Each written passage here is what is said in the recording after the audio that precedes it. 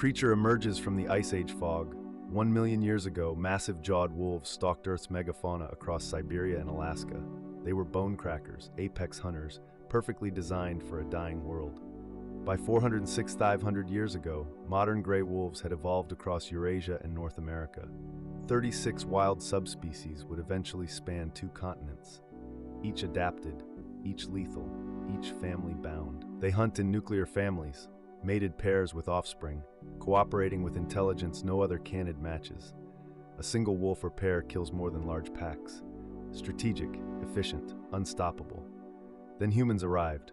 Farmers despised them. Hunters pursued them relentlessly. Wolves learned fear.